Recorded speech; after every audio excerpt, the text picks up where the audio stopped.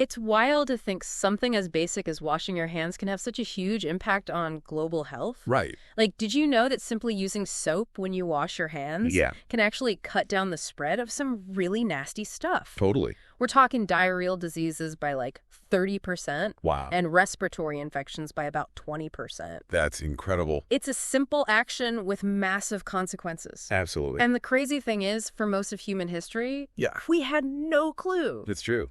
We're totally in the dark about this basic thing. Today, we're going deep into a story that really highlights that journey of discovery. You got it. We're going all the way back to Vienna in 1847. Ooh, Vienna. Very cool. But we're not talking waltzes and fancy cafes. No, not this time. We're going into the hospitals. Uh-oh. Specifically, the maternity wards. Places that should be filled with joy, right? Exactly. New life coming into the world. The miracle of birth. But back then, they were also places of immense tragedy. Oh, no. What was going on? They were facing incredibly high death rates from something called puerperal fever. Also known as childbed fever. Right, and no one could figure out what was causing it. It was a complete mystery. So imagine the scene in these wards.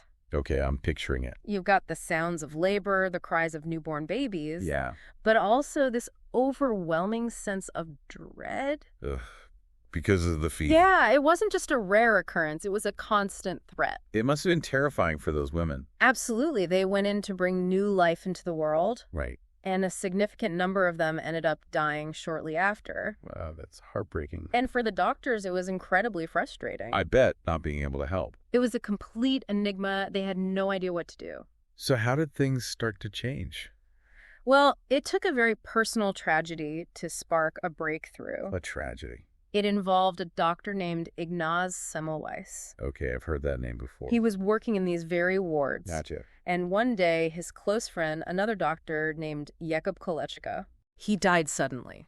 Oh, no. Well, he was a professor of forensic medicine. So he dealt with, like, autopsies and stuff. Exactly. And during one autopsy, he accidentally pricked himself with a scalpel. Yikes, that doesn't sound good. It wasn't good at all. What happened?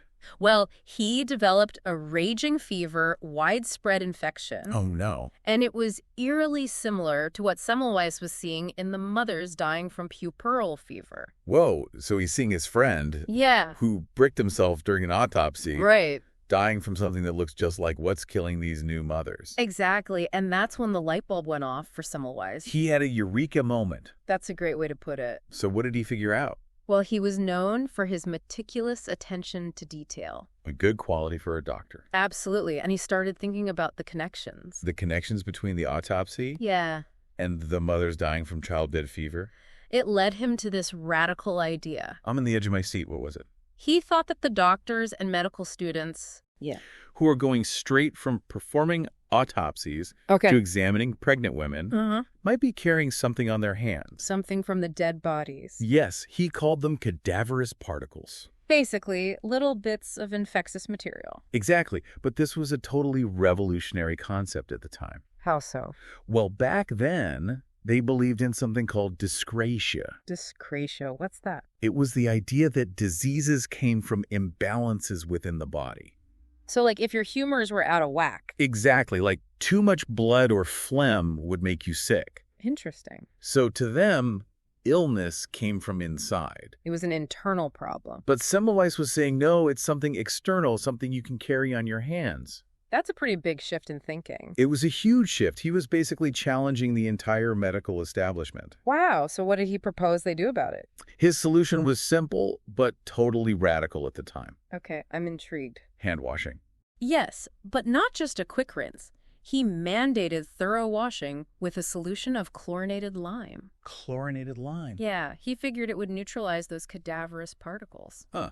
That's pretty smart considering he didn't even know about germs yet. Right. It was pure empirical reasoning. Exactly. He saw a problem and came up with a practical solution. And did it work? The results were astonishing. Really? In his division of the maternity ward, the death rates from puerperal fever plummeted. Wow. By how much? From over 18% down to less than 2%. That's incredible. I know. It was a dramatic and immediate improvement. Like unlocking a hidden door to life. Exactly. You'd think he'd be celebrated as a hero. Right. He just saved countless lives.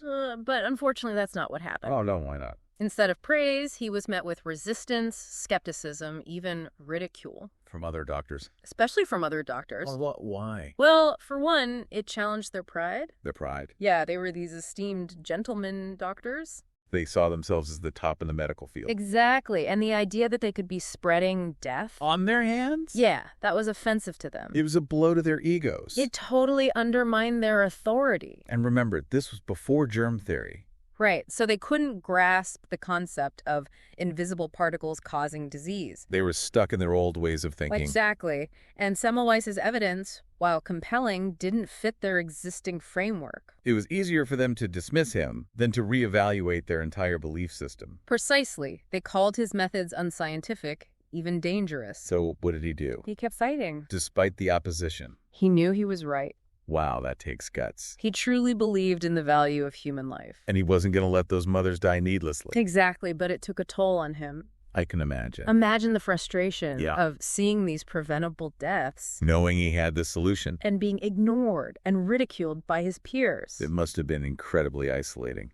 He was basically ostracized from the medical community. That's so unfair. It is, and the saddest part is, some doctors even started using his methods secretly. Seriously? Yeah, they saw the results in their own practices. But they wouldn't publicly acknowledge him? Nope.